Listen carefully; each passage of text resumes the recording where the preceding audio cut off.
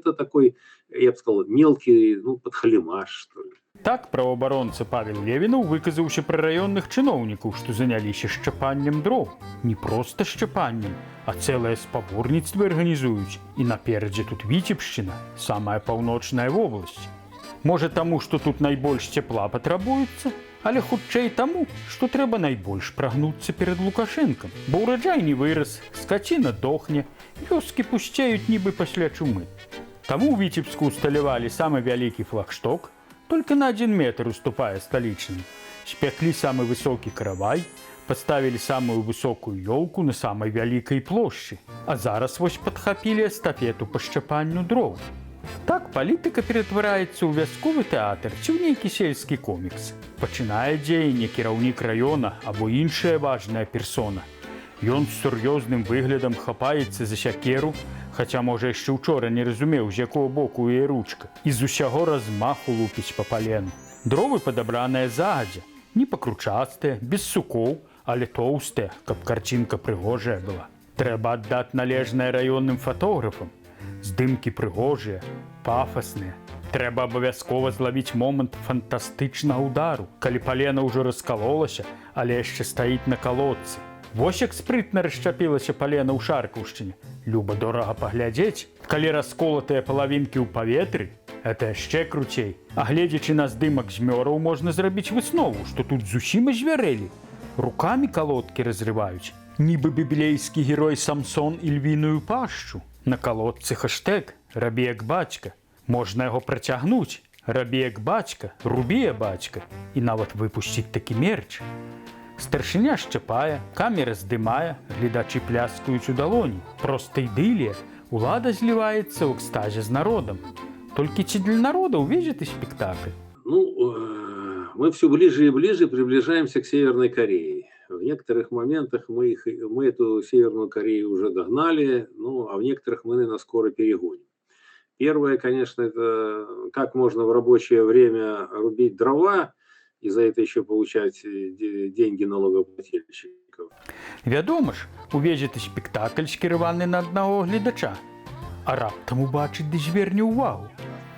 І паляціць тады кар'ера ўгару, як тыя дровы ў трактарны прычэп. Один вопрос. А второй вопрос, вы посмотрите, если я уж вспомнил Северную Корею, да, что там все носят прически такие, как у их лидера.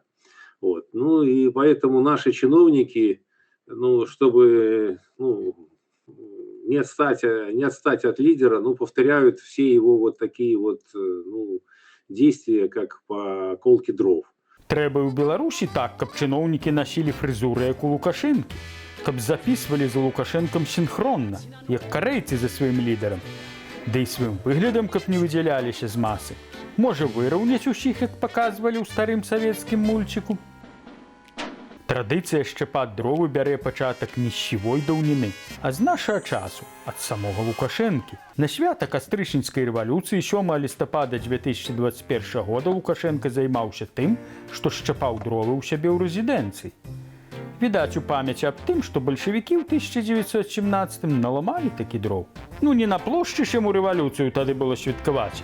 Толькі што сам больш-менш справіўся з рэвалюцыяй 2020. Да і чарговы лек ад коронавіруса. За здоровый образ жизни. Без них бы с ковида не вылезли. А ў наступным годзе ў Лукашэнкі правялі ўжо цэлы чэмпіянат па шчапанню дров. Пуцін тады вырашыў замарозіць Еўропу, а Лукашенко з Цяцерыным збіраліся сагрэць кіраўнікоў Польшчы. Главное, чтобы в Польше Дуда и Моровецкий не замерзли. Замерзли? Да, ну что ж. Ну это ж наши соседи. Зараз ужо дровы шчапаюць па ўсёй краіне, хоць Еўропе яны дарма не патрэбныя. Вунь беларусы Варшавы спрабавалі нават 2 гады таму перадаць дровы лукашэнкаўскім дыпламатам. Але паліцыя не дазволіла. Усё ж санкцыі ўведзены. Але ў раёнах зараз шчапаюць так, што аж трэскі ляцяць. І не толькі з дроў. Паляцелі на апошнім часам і з рубля, як з беларуска, так і расійска. Але што той долар? Вуня Заронак вырашыў нават спаліць яго. А што, без шапкі, не іначай галаву адмарозіў. Доларов завались настолько, што хоць печку імі тапі. Сжигай хоть до белых ночей. Напісаў на сваім тэлеграм-канале. Зусім Грыша здрабнеў, хоць бы ўжо сотню другую спаліў. Он наркабарон Пабло Эскабар у свой час, каб сагрэць дачку, больш за $2 мільёны спаліў. І гэта без ніякага пафасу. А дровы ў Польшчы ёсць. Вось у самым цэнтры сталіцы ляжаць. І Дуда з Тускам іх нарыхтоўкай не займаліся. А вось Рубель усё гуляе ў даганялкі са Злотым. Ужо каторы раз намагаецца яго абагнаць. І па ўсяму, відаць, хутка абгоніць. Зміцер Лупач, Белсат.